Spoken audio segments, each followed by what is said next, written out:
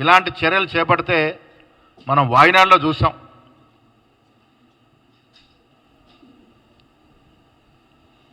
నెల 2 నెలల్లో పడాల్సిన వర్షం ఒక అర్ధగంటలో గంటలో పడితే హైదరాబాద్ పరిస్థితి ఏమిటి అని అడుగుతా ఉన్నాను. ఆ గోడు మీకు పట్టదా? వాయనాడులాగా పడ్డటువంటి వర్షంలు ఇవాళ హైదరాబాద్లో పడితే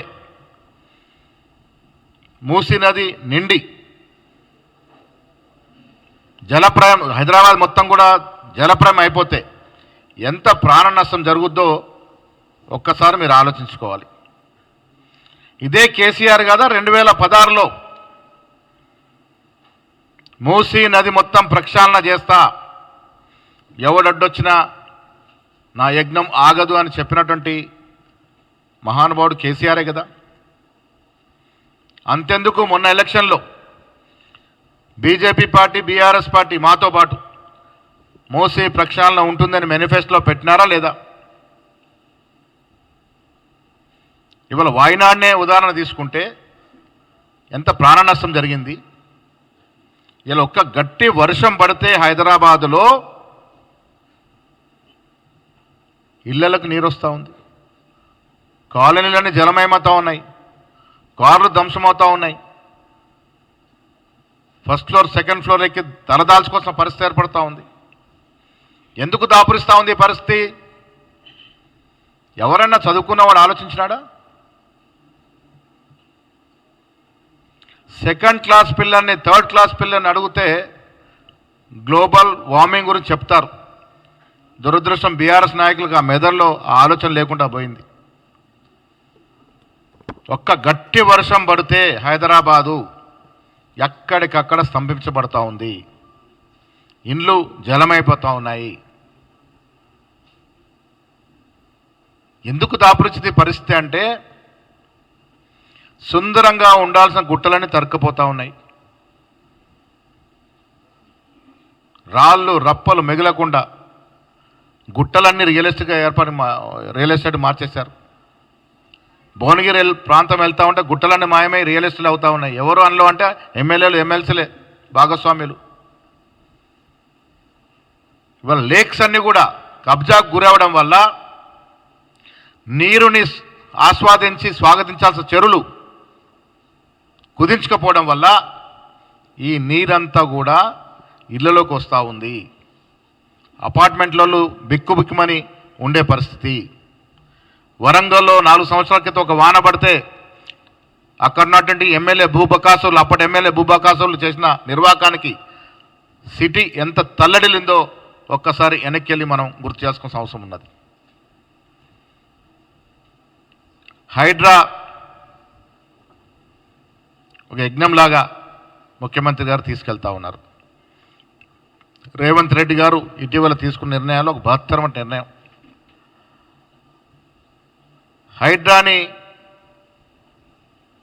హైడ్రా వల్ల నష్టపోతుంది. హైడ్రా టార్గెట్ కూడా డబ్బుండి ప్రభుత్వ ఆస్తుల్ని కబ్జా చేయాలనే చెడ్డ తలంపుతో కబ్జాలు చేసినటువంటి భూబకాసురులు ఆనాడు అధికారులు కొంతమంది మీదే టార్గెట్. ఎక్కడైనా బీదవాళ్ళు తెలుసో తెలియకో ఈ దళారుల వద్ద భూములు కొనుక్కి నష్టపోతే వారికి నష్టపరిహారంగా రిహాబిలిటేట్ చేసే కార్యక్రమాన్ని కూడా రేవంత్ రెడ్డి గారు డిక్లేర్ చేస్తున్నారు. మూసీ నది విషయంలో కూడా ఇప్పటి వరకు బీదవాని గుడిసె ఒక్కటి కూడా కూల్చలేదు.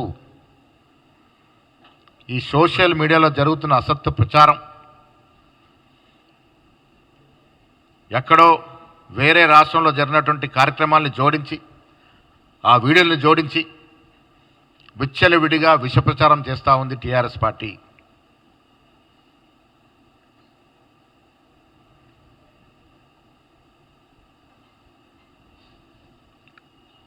నేను మీకు మీ ద్వారా రాష్ట్ర ప్రజానీకానికి,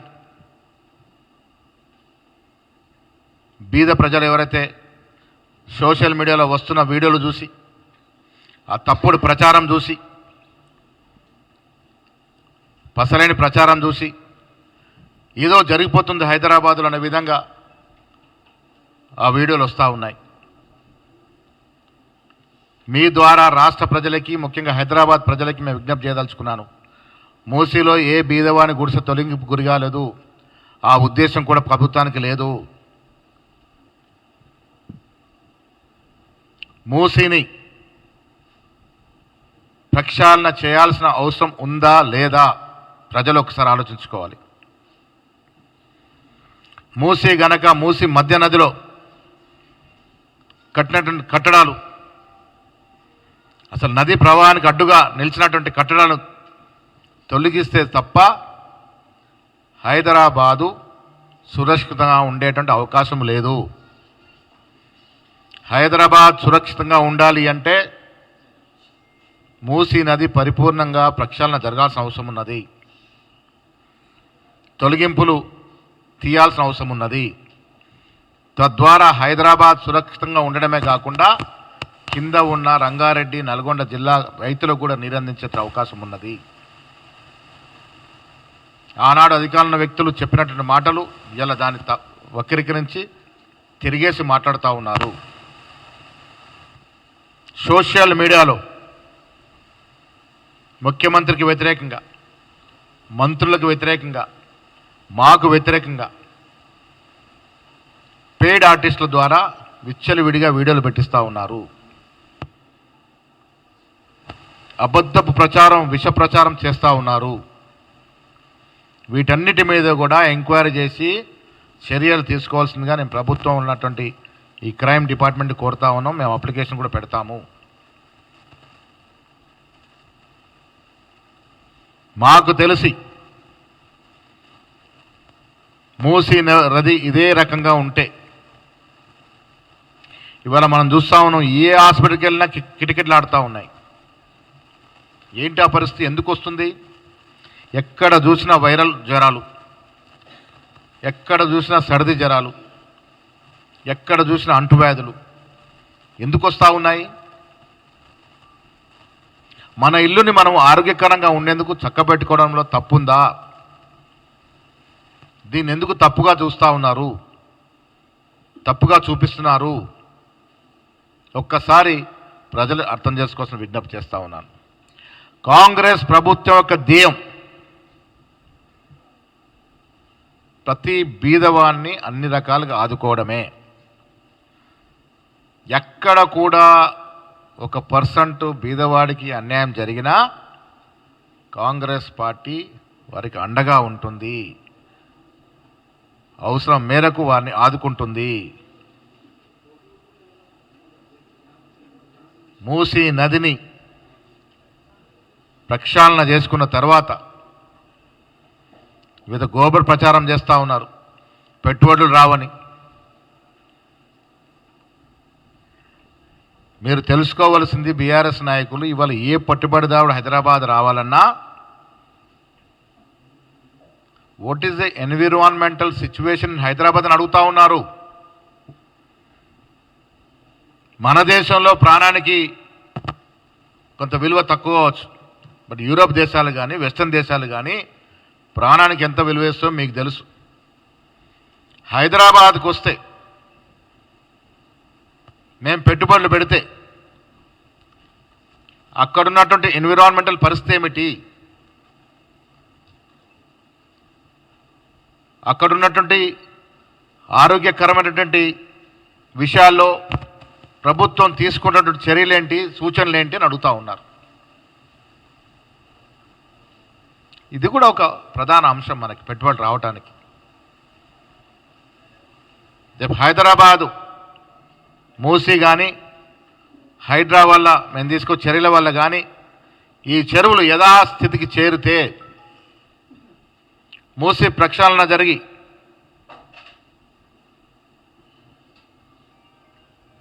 చక్కగా కనబడితే విపరీతమైనటువంటి పెట్టుబడులు వచ్చే అవకాశం ఉంటుంది. నేను ఇటీవల ప్యారిస్కి ఒలింపిక్స్కి పోయినప్పుడు యాన్సీ పట్టణానికి పోయాను. జెనీవా, యాన్స్ ఇవన్నీ కూడా పెద్ద పెద్ద చెరువుల పక్కన ఉండేటువంటి పట్టణాలు. జెనీవా చెరువు 100 కిలోమీటర్ల దూరం దాకా ప్రవహిస్తుంది. ఒకే చెరువు 100 కిలోమీటర్లు ఉంటుంది. పాలు నీళ్ళలాగా ఉంటాయి. వాళ్ళు కాపాడుకునే ఎన్విరాన్మెంట్ ఆ రకంగా ఉంది. సో నేను మళ్ళీ మీ ద్వారా ప్రజలకు విజ్ఞప్తి చేసేది, ఆరోగ్యరీత్యా కానీ హైదరాబాద్ భవిష్యత్తులో అన్ని హంగులతో ఎదగాలన్నా మన పిల్లల భవిష్యత్తు, మన పిల్లల ఆరోగ్యము, మన ఆరోగ్యము, రేపు హైదరాబాద్ సందర్శించినటువంటి టూరిస్టుల ఆరోగ్యం ఇవన్నీ బాగుండాలంటే హైదరాబాద్ ఒక మంచి ఎన్విరాన్మెంట్ తీసుకురావాల్సిన అవసరం ఉన్నది.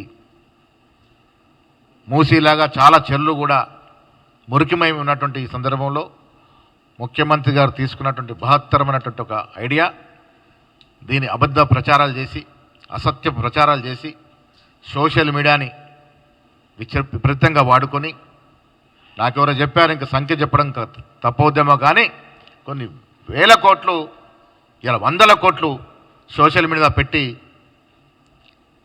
ప్రభుత్వం చేస్తున్న కార్యక్రమాల్ని తిరగరాసి చిమ్మిని బమ్మి చేసి చూపించే ప్రయత్నం చేస్తూ ఉన్నారు. ఇవన్నీ కూడా టెంపరీ గెయిన్స్ మీకు రావచ్చు, టెంపరీగా మీకు ఆనందం కలగజేయచ్చు, ప్రజలు టెంపరీగా నమ్మచ్చు. కానీ దీర్ఘకాలికంగా ఆలోచించినప్పుడు ముఖ్యమంత్రి కానీ కాంగ్రెస్ ప్రభుత్వం కానీ తీసుకున్నటువంటి నిర్ణయం నాకు తెలిసి ఈ రాష్ట్రంలో 90% ప్రజలు హర్షిస్తూ ఉన్నారు. హైడ్రా విషయంలో చక్కటి నిర్ణయం, ముందుకు పోండి అనే మాట చెప్తా ఉన్నారు. హైడ్రా విషయంలో తమ భేదం లేకుండా నా చుట్టమున్నా, నీ చుట్టమున్నా, నీ బంధువులున్నా, నా దోస్తులున్నా, స్నేహితులున్నా ఎవరిని కూడా ఉపేక్షించకుండా హైదరాబాద్ పూర్వవైభవం తీసుకురావాలన్నదే కాంగ్రెస్ పార్టీ యొక్క ధ్యేయం. రెండో అంశానికి వచ్చిన నేను ముఖ్యమంత్రి గారు తీసుకున్న నిర్ణయం ప్రజలు ఒకవైపు హర్షిస్తూ ఉంటే కేసీఆర్ వారి పార్టీ, బీజేపీ వారి పార్టీ అబద్ధ ప్రచారాలు చేస్తున్న ఈ తరుణంలో నేను కేసీఆర్ గారిని అడుగుతా ఉన్నాను, హైదరాబాద్ అభివృద్ధి అంటే జనవాడ ఫామ్ చుట్టూ ఉన్న అభివృద్ధేనా? మీకు ఓల్డ్ సిటీ పట్టలేదా? మీరు 10 ఏళ్ళుగా హైదరాబాద్ ఓల్డ్ సిటీని సౌతి తల్లి ప్రేమ కనబరుస్తున్నారు కాబట్టే ఓల్డ్ సిటీ లాగే ఉండిపోయింది. కేసీఆర్ గారు Hyderabad old city, original Hyderabad మీద పెట్టిన పెట్టుబడి ఎంత అభివృద్ధికి? ఒక్కసారి నేను సవాల్ విసురుతా ఉన్నాను, మీరు ఎంత హెచ్చించినారు ఈ 10 ఏళ్ళలో? హైదరాబాద్ అభివృద్ధి అంటే మూసి కనబడలేదా మీకు? హైదరాబాద్ అభివృద్ధి అంటే చార్మినార్ చుట్టూ ప్రదేశాలు కనబడలేదా? హైదరాబాద్ అభివృద్ధి అంటే ప్రగతి భవన్ లేదంటే జనవాడ ఫామ్ హౌస్లు, కేటీఆర్ ఫామ్ హౌస్ చుట్టూ అభివృద్ధి, హరీష్ రావు ఫామ్ హౌస్ చుట్టూ అభివృద్ధి, కవిత గారి ఫామ్ హౌస్ చుట్టూ అభివృద్ధి, అంతేనా మీకు కనబడింది? అదేనా అభివృద్ధి అంటే? హైదరాబాద్ అభివృద్ధి అంటే మీ ఫామ్ హౌస్ చుట్టూ జరిగే అభివృద్ధేనా? ఎందుకు మీరు ఓల్డ్ సిటీ ఈ భాగ్యనగరం మీద మీరు ఎందుకు దృష్టి పెట్టలేదు? దృష్టి పెట్టపోగా ఇవాళ మేము సమూలంగా, అది చార్మినార్ ప్రాంతం కావచ్చు, అది అప్సిగూడ ప్రాంతం కావచ్చు, అది మల్కాజ్గిరి ప్రాంతం కావచ్చు, అది గచ్చిబౌలి కావచ్చు, అది మాదాపూర్ కావచ్చు, సమూలంగా అభివృద్ధి జరగాలి హైదరాబాద్ పట్టణం. అది బీదవాడి ప్రాంతం కావచ్చు, ధనవంతుడు నివసించే ప్రాంతం కావచ్చు, సమూలంగా హైదరాబాద్ అభివృద్ధి జరగాలన్నదే కాంగ్రెస్ పార్టీ యొక్క ఆకాంక్ష, రేవంత్ రెడ్డి గారి యొక్క ముఖ్యమంత్రి గారి యొక్క ఆలోచన. ఆ దశగా పోతూ ఉంటే ఇవాళ మీరు దీన్ని అడ్డంకులు సృష్టిస్తూ అబద్ధ ప్రచారాలు చేస్తూ సోషల్ మీడియాలో ఏదో జరిపినట్టుగా సృష్టిస్తూ ఉన్నారు. దీన్ని మేము పూర్తిగా ఖండిస్తూ ఉన్నాం. ఒక్కసారి గతం గుర్తు చేసుకుంటే మంచిది కాబట్టి నేను మల్లన్న సాగర్ విషయం దృష్టికి తెస్తా ఉన్నాను. 2015-16లో మల్లన్న సాగర్ కింద ఏటిగడ్డ, కిష్టాపూర్ కానీ, ఎర్రవెల్లి కానీ, లక్ష్మాపూర్ కానీ 12 గ్రామాల ప్రజల్ని మీరు సిఆర్పిఎఫ్ జవాన్లతో తొక్కించి కొట్టించి అర్ధరాత్రులు, రేపు కోతకొచ్చిన పంట కోసుకోవాల్సిన పరిస్థితులు అర్ధరాత్రులు అరెస్టులు చేసి మూకుమ్మడిగా వందలాది ట్రక్కులు పెట్టి ప్రజల్ని తరలించినటువంటి విషయాలు ఇంకెవరు ప్రజలు మర్చిపోలేదన్న మాట కూడా సందర్భం మనవి చేస్తాను. హరీష్ రావు గారు ఒక్కసారి మీరు వెనక్కి తిరిగి మల్లన్న సాగర్ విషయంలో మీరు జరిపినటువంటి అరాచకం ఒక్కసారి గుర్తు చేసుకుంటే బాగుంటుంది. ఇవాళ మీరు మాట్లాడే ముందనే మాట కూడా నేను మనవి చేస్తా ఉన్నాను. సిరిసిల్ల వీరుడు కేటీఆర్ ఇవాళ సిగ్గు లేకుండా మాట్లాడుతూ ఉన్నారు. నీ స్నేహితులు నీ బంధువులు చేసే ఇసుక దందా ఇసుక మాఫియా వల్ల ఆనాడు ఎరకల భూమయ్యని లారీతో తొక్కించి చంపితే తెలంగాణ ఇచ్చిన తల్లిగా పేరున్న మీరా కుమార్ గారు అక్కడ పర్యటన చేస్తారంటే అడ్డుకున్నది మీరు గారా అని అడుగుతా ఉన్నాను. 3rd డిగ్రీ ట్రీట్మెంట్ ఇస్తే హరీష్ అనే యువకుడు ఇప్పుడు కూడా పనికి రాకుండా మా చుట్టూ తిరుగుతున్నటువంటి సందర్భం నేరెళ్లలో. కేటీఆర్ వారంకి 2 సార్లు పర్యటన చేస్తే ప్రతి పర్యటనకు ముందు తర్వాత అక్కడ ఉన్నటువంటి కాంగ్రెస్ నాయకుల్ని సామాజిక కార్యకర్తల్ని జైల్లో పెట్టినట్టు సందర్భం మర్చిపోయినవా కేటీఆర్ అని అడుగుతా ఉన్నాను. మీరు 10 ఏళ్లలో జరిపినటువంటి అరాచకం హౌస్ అరెస్టులు అసలు ప్రజాస్వామ్యాన్ని రాజ్యాంగాన్ని తుంగల తొక్కి మీరు రాజ్యాన్ని ఏలి ఒక నియంతలా ప్రవర్తించి నియంతలా పాలించి ఈ రాష్ట్ర సంపదని అయ్యొక దిక్కు కొడుకొక దిక్కు బిడ్డొక దిక్కు అల్లుడొక దిక్కు దోచుకున్నటువంటి పరిస్థితి ఇవాళ ప్రజలు మర్చిపోలేదు. అందుకే మీకు పార్లమెంట్లో 0 సీట్లు ఇచ్చారనే మాట కూడా ఈ సందర్భంగా మనవి చేస్తా ఉన్నాను. మీకు ఈ ప్రజల ప్రభుత్వాన్ని విమర్శించే హక్కు లేదు. ఇది ప్రజలు కోరుకున్న ప్రభుత్వం, ప్రజల కోసమే పనిచేస్తున్న ప్రభుత్వం. మీ అరాచకాలు మీ అహంకారపూరితమైనటువంటి చర్యలు ఆనాడు మీ ప్రభుత్వం నుండి ముఖ్యమంత్రిగా మంత్రులుగా చేసినటువంటి దాడులు దోపిడీ భూ కబ్జాలు ప్రభుత్వ ఆస్తుల ఆక్రమణలు ఇవేవి కూడా ప్రజలు మర్చిపోలేదు. ఇంకా ప్రజల మధ్యలో మెదులుతూ ఉన్నాయి. అవన్నీ దాచుకొని ప్రజల కోసం నడుస్తున్న ప్రభుత్వం మీద సోషల్ మీడియాలో అసత్య ప్రచారం చేస్తూ ముఖ్యమంత్రిని ప్రభుత్వాన్ని మమ్మల్ని బద్నాం చేసే ప్రయత్నం ఏదో చేస్తూ ఉన్నారో ప్రజలు ఆలోచించాల్సిన విజ్ఞప్తి చేస్తూ ఉన్నాను. తెలంగాణ ప్రజలు విఘ్నులు. క్షణిక ఆవేశాలకు గురై వీళ్ళు పెట్టే తప్పుడు పోస్టులకి తప్పుడు వీడియోలకి మీరు చెల్లించవద్దు. కాంగ్రెస్ ప్రభుత్వం ముఖ్యమంత్రి ఉప ముఖ్యమంత్రి మంత్రులు మేమందరం కూడా బీద ప్రజల శ్రేయస్సు కోసమే కట్టుబడి ఉన్నాము. ఒక్కొక్క వ్యక్తి యొక్క జీవితం మాకు ముఖ్యము. ఏ బీదవాడికి అన్యాయం జరగనీయము. రాష్ట్ర ప్రజల శ్రేయస్సు కొరకు రాష్ట్ర ప్రజల ఆస్తులు కాపాడడం కొరకు హైడ్రా విషయంలో కానీ మూసి విషయంలో కానీ ఎవరికో ఒకరికి ఎంతో అంతో అన్యాయం జరిగితే దాన్ని ప్రభుత్వం తప్పకుండా పూడుస్తుంది, ఆదుకుంటుంది. ఎక్కడ కూడా మీరు తొందరపడాల్సిన అవసరం లేదు. సోషల్ మీడియాలో వస్తున్న వీడియోల్ని బయట రాష్ట్రాల్లో జరిగిన సంఘటనలు జత చేసిన వీడియోల్ని తప్పుడు దొంగ ప్రచారాన్ని నమ్మవద్దు.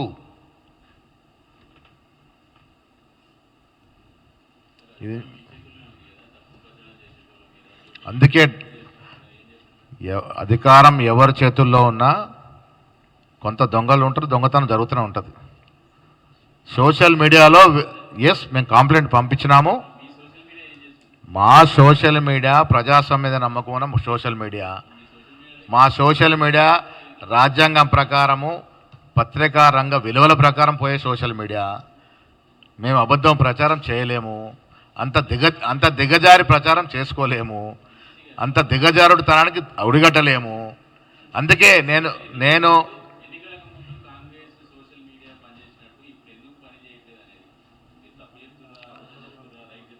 సోషల్ మీడియా అప్పుడైనా ఇప్పుడైనా మా స్థాయి అదే.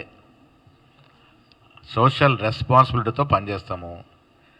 వీళ్ళు ఇర్రెస్పాన్సిబుల్గా వివరిస్తున్నటువంటి టీఆర్ఎస్ నాయకుల మీద చర్యలు తీసుకోవాల్సిందిగా నేను క్రైమ్ డీసీపీ గారు లెటర్ పంపి ఉన్నాము. తప్పుడు ఆలోచనలు, వ్యక్తిగత దూషణలు, సిగ్గుతో తలవంచుకునే విధంగా సిద్దిపేటలో ఒక మహిళా మంత్రికి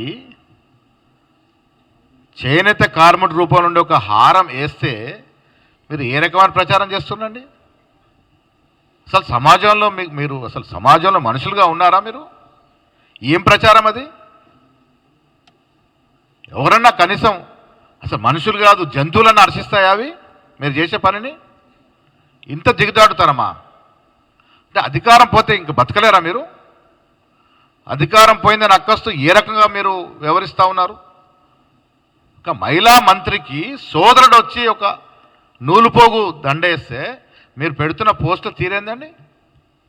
కనీసం ఇంగిత జ్ఞానం ఉన్న కేటీఆర్ హరీష్ రావు మందలించిన పాపాన పోయిందా? ఏ సమాజంలో ఉన్నాం మనం? ఎటుపోతుంది సమాజం? ఎవరన్నా హర్షిస్తారా దీన్ని? ఏ రకంగా పోతా ఉన్నారు మీరు? ఒక మహిళను కూడా గౌరవించుకునే స్థాయిలో మీరు ఉంటే ఇంక మీ దేవుడు రక్షించాలి మిమ్మల్ని.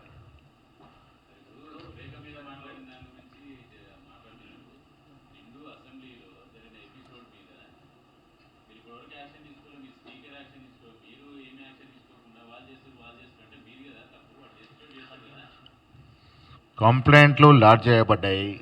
అసెంబ్లీలో జరిగినటువంటి వ్యవహారంలో అది స్పీకర్ పరిధిలో ఉంది. చర్యలు తీసుకోవాలని మా సభ్యులు కోరడం జరిగింది. సరైన సమయంలో చర్యలు ఉంటాయి. ఏదేమని నేను చెప్పేది ఏంటంటే ఇవాళ రాజకీయాల్లో ఉన్న సర్వ సమాజంలో మామూలు పౌరుడుగా ఉన్న కొన్ని విలువలతో ముందుకు పోవాల్సిన అవసరం ఉంది. అధికారమే పరమధ్యేయంగా పెట్టుకున్న కొందరు వ్యక్తులు అధికారం పోగానే ఈ రకమైనటువంటి చేష్టలు అయితే చేస్తూ ఉన్నారో ఇది మంచిది కాదు సమాజానికి. అది ఎవరు చేసినా హర్షించే విషయం కాదు. మా పార్టీ వాళ్ళు ఎవరైనా చేసుంటే అలాంటి పని డెఫినెట్గా మందలిచ్చే వాళ్ళము. మీరు చూస్తూ దాన్ని ఆ వీడియోలు క్లిప్పింగ్లు చూసుకుంటూ ఆనందపడుతున్నారంటే ఇంక మీ అంత దిగజారుడుతనం ఎవరిది లేదు ఈ రాష్ట్రంలో దేశంలో అనే మాట చెప్తా ఉన్నాను.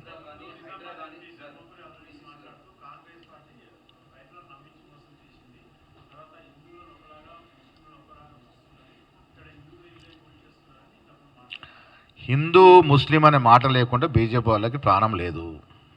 ప్రజల్లో వాళ్ళకి ఏ స్థానం ఉంది? ప్రజానాయకుల వాళ్ళు ఇలా బీజేపీతో గెలిచినటువంటి మెజారిటీ 80% నాయకులు ఎవడు కూడా నాయకుడు కాదు, కేవలం మతం అడ్డం పెట్టుకుని ఆ సెంటిమెంట్ గెలిచినాడు తప్ప రాజకీయ లక్షణాలు ఉండి రాజకీయంగా ఒక చరిత్ర నాయకులు చూపెట్టండి. అరవింద్ దేంతో గెలిచాడండి? అరవింద్ అంత పెద్ద రైతు మోసగాడు ఎవరున్నారు? భాజపా స్టాంప్ పేపర్ మీద రాసిచ్చి అఫిడవిట్ రూపంలో ఇచ్చాడు పసుపోటు తెస్తా అని. 6 ఏళ్ళు అయింది. మా రైతులు పాపం మంచోళ్ళు కాబట్టి రెండోసారి కూడా అవకాశం ఇచ్చింది, ఈసారి తెస్తాడేమో అని. ఏమైంది? పసుపోడు భాజపా రాసిచ్చినావు కదా. అరే రైతులకు మేము చేసిన మేలు ఎవరు చేస్తున్నారండి? నేనే బీఆర్ఎస్ పార్టీకి మీ ద్వారా సవాల్ విసురుతున్నా. రైతు బంధు మేమిచ్చిన తీరు కానీ, రైతు రుణమాఫీ మేమిచ్చిన తీరు కానీ, మీరు 10 ఏళ్లలో ఎంత రైతు రుణమాఫీ చేశారు, ఎన్ని విడతలుగా ఎన్ని వేల కోట్లు ఇచ్చారు? హరీష్ రావు గారికి మళ్ళొక సవాల్. ఆర్థిక మంత్రిగా చేశారు మీరు, ఇరిగేషన్ మంత్రిగా చేసినారు. 10 ఏళ్లలో కేసీఆర్ ముఖ్యమంత్రిగా, మీరు ఆర్థిక మంత్రిగా, ఇరిగేషన్ మంత్రిగా రైతు రుణమాఫీ ఎన్ని విడతలుగా ఎన్ని వేల కోట్లు ఇచ్చారు 10 ఏళ్లలో? మేము 9 మాసాల్లో 2 విడతలుగా ఎన్ని వేల కోట్లు ఇచ్చినాం. ఆ వ్యత్యాసం చెప్పు అని అడుగుతా ఉన్నాం 3 రోజుల నుంచి. ఆయనే చెప్పమంటున్నా ఆ వ్యత్యాసం ఎంత ఉందన్నది. 10 ఏళ్ల రేషియో, 9 నెలల రేషియో తీసుకోండి. నిజంగా రైతుల పాలిటీ ప్రేమికులు ఎవరు, రైతు పాలిటీ ద్వేషికులు ఎవరో తెలిసిపోతుంది. రైతుల గురించి బీజేపీ వారు, టీఆర్ఎస్ వాళ్ళు మాట్లాడితే దయ్యాలు వేదాలు వల్లించినట్టే.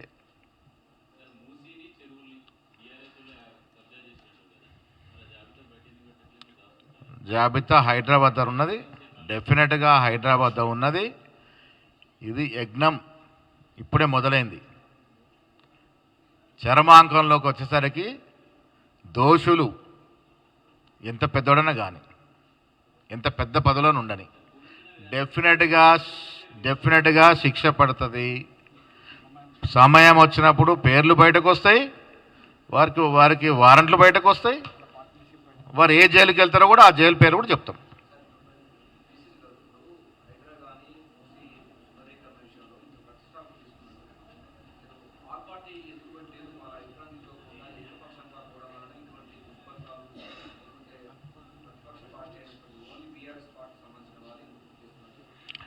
ఆల్ పార్టీ పిలిచినా పిలవకపోయినా ఈ ఆల్ పార్టీస్ వారి మేనిఫెస్టోలో మూసి ప్రక్షాళన గురించి మెన్షన్ చేసినారా లేదా, మేనిఫెస్టో ఒక అంశంగా చేర్చినారా లేదా? మీరే మీ మేనిఫెస్టోలో అంశంగా చేరుస్తారు, ఇలా మూసి ప్రక్షాళన మేము చేస్తుంటే అడ్డుపడతారు. అంటే కేవలం ప్రతి విషయంలో ఏదో ఒక అగ్గిరాజేసి దాంతో లబ్ధి పొందాలని ప్రయత్నం తప్ప ఇంకేమీ లేదు. మూసి విషయంలో మళ్ళీ స్పష్టం చేస్తూ ఉన్నా, మీరు చూస్తున్న వీడియోలు, మీరు చేస్తున్న క్లిప్పింగ్లు అన్నీ కల్పితాలు. మూసిలో ఇప్పటి వరకు కూడా ఏ బీదవాని గుడిసె తీసేయలేదు. మూసి నదిలో ఉన్నటువంటి చెత్త చెదారం తొలగిస్తున్నారు తప్ప ఎక్కడ బీదవానికి నష్టం జరగలేదు. భవిష్యత్తులో ఏదైనా ఇటువంటి జరిగితే కూడా వారు పరిపూర్ణంగా ఆదుకోవడానికి ప్రభుత్వం సిద్ధంగా ఉంది. 1, 2 కాదండి, 18,000 డబుల్ బెడ్లు ఇవ్వడానికి ప్రభుత్వం సిద్ధంగా ఉందంటే అర్థం చేసుకోండి మీరు. రైతుల గురించి బీజేపీ మాట్లాడితే ప్రారంభోపన్యాసము అరవింద్తో చేయించి అరవింద్ పసుపోటు గురించి మాట్లాడిస్తే బాగుంటుంది. ఢిల్లీలో రైతు వ్యతిరేక చట్టాలు తీసుకొచ్చి ఎంతమంది చావుకు కారణమైందో బీజేపీ పార్టీ మీకు తెలుసు. ఆఖరికి తల వంచక తోక ముడచక తప్పని పరిస్థితి వచ్చి ఆ చట్టాలని వెనక్కి తీసుకునే వైనం కూడా మనం చూసాం. ఆనాడు రాహుల్ గాంధీ గారిని ఏ రకంగా నిర్బంధించారు, ప్రియాంక గాంధీ గారి రైతులు పలకరించకపోతే ఏ రకంగా నిర్బంధించారో బీజేపీ ప్రభుత్వం చేసినట్టు తీరు చూసాం. ఇవేవి కూడా ఈ దేశంలో దేశ చరిత్ర తీసుకుంటే కిసాన్ కా సర్కార్ కో హై తో కాంగ్రెస్ సర్కార్ హై.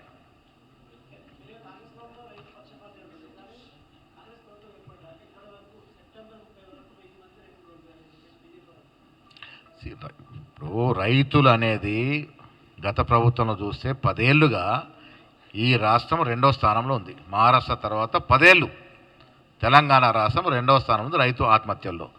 ఇప్పుడు ఎవరు చనిపోలే నేను చెప్పను, కానీ చనిపోయిన సంఖ్య తగ్గింది, దాంట్లో అనుమానం లేదు. రైతుల విషయంలో గతంలో టీఆర్ఎస్ ప్రభుత్వం వివరించిన తీరు, బేడీలు వేసిన తీరు, కాళ్లకు బేడీలు వేసి తీసుకెళ్లిన తీరు, ఖమ్మంలో కానీ అది నల్గొండలో కానీ, ఇవన్నీ ఇంకా మనం మర్చిపోలేదు. రైతుల విషయంలో మాకున్న చిత్తశుద్ధి దేశంలో ఏ పార్టీకి లేదు, రాదు కూడా, ఇది స్పష్టం.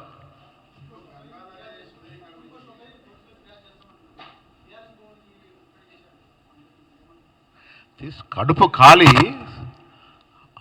సురేఖ మీద పెట్టిన పోస్టు ఏ రకమైన పోస్ట్ అండి?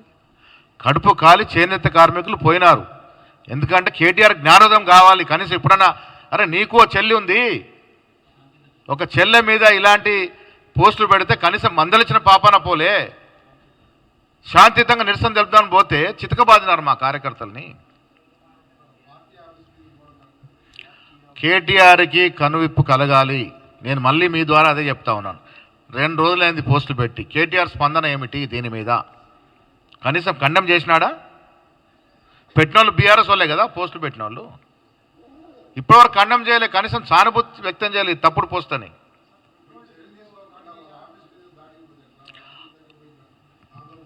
మా కార్యకర్తలు నిరసన తెలపడానికి పోయారు. పెట్టిన పోస్టు ఆ టెండెన్సీ రకంగా ఉంది. చాలా తీవ్రంగా ప్రతి కార్యకర్త, అంటే మానవత్వం ప్రతి వ్యక్తి ఖండించాల్సిన పోస్టులు అవి. దాని మీద అక్రోష్లే చేనేత కార్మికులు పోయారని నాకున్న సమాచారం. ఆ చేనేత కార్మికులు కూడా చితకబాదినారని ఇప్పుడు వస్తున్న సమాచారం.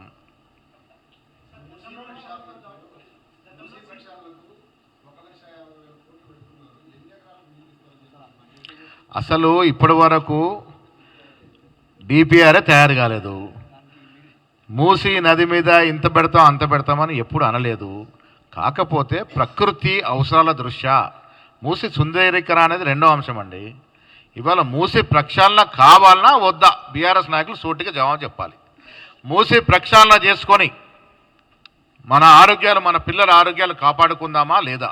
మూసీ ప్రక్షాళన చేసుకొని హైదరాబాద్ ఒక మంచి ఎన్విరాన్మెంటల్ సిటీగా తీర్చిదిద్దుకొని పెట్టుబడులు ఆకట్టుకుందామా లేదా? ఈలో రెండింటికి సూటిగా బీఆర్ఎస్ నాయకులు సమాధానం చెప్పాల్సిన అవసరం ఉన్నది. మూసీ ప్రక్షాళన ద్వారా ఇది ఒక గ్రీన్ సిటీగా అవతారం చెందిన అవకాశం ఉన్నది. చెరువులు యథాస్థితికి చెరువులు మళ్ళీ వస్తే హైదరాబాద్కి పెట్టుబడుల వర్షం వస్తుంది, ఇది నమ్మండి. ఎన్విరాన్మెంటల్ పరంగానే కొన్ని అడ్డంకుల వల్లనే పెట్టుబడులు వస్తలేవు మనకి. ప్రకృతితో ఎవరూ పెట్టుకోలేరు. 2 నెలలు 3 నెలలు పడాల్సిన వర్షం అర్ధ గంటలు పడితే మన పరిస్థితి ఏంటి?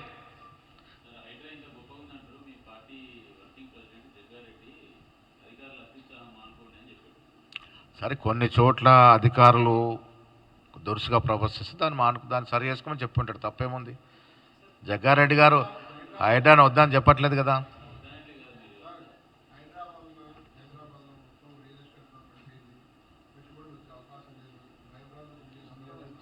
అసలు తెలివి ఉన్నోడు కేసీఆర్ భాషలో చెప్పాలంటే ఏమంటారు, మెడ మీద మెడకాయ మీద తలకాయ ఉన్నాడు. హైడ్రాకి పెట్టుబడులకు సంబంధం ఏంది? హైడ్రా వల్ల హైదరాబాదు పూర్వం వస్తే పెట్టుబడులు వస్తాయా, పోతాయా, పారిపోతాయా? భయభ్రాంతులు. ఎవరు భయభ్రాంతులు అవుతున్నారు? హైడ్రా వల్ల భయభ్రాంతులు అవుతుందంతా కూడా బీఆర్ఎస్ నాయకులే, మాజీ మంత్రులు, మాజీ ఎమ్మెల్యేలు, మాజీ ఎమ్మెల్సీలు. చెరువులు కబ్జా చేసింది నేను లెక్కలతో సహా చెప్తా ఉన్నా. 80% పైగా వాళ్ళే ఉన్నారు. ఇన్పుట్ తీసుకో. 80% పైగా బీఆర్ఎస్ నాయకులే ఉన్నారు. ఇది వాస్తవము. ఛాలెంజ్ చేసి మనం డిబేట్ కూర్చుందాం. ఎవరు ఏ చెరువు మీద ఏ బీఆర్ఎస్ నాయకుడు ఉన్నాడు మేము లెక్కలతో సహా చూపిస్తాం.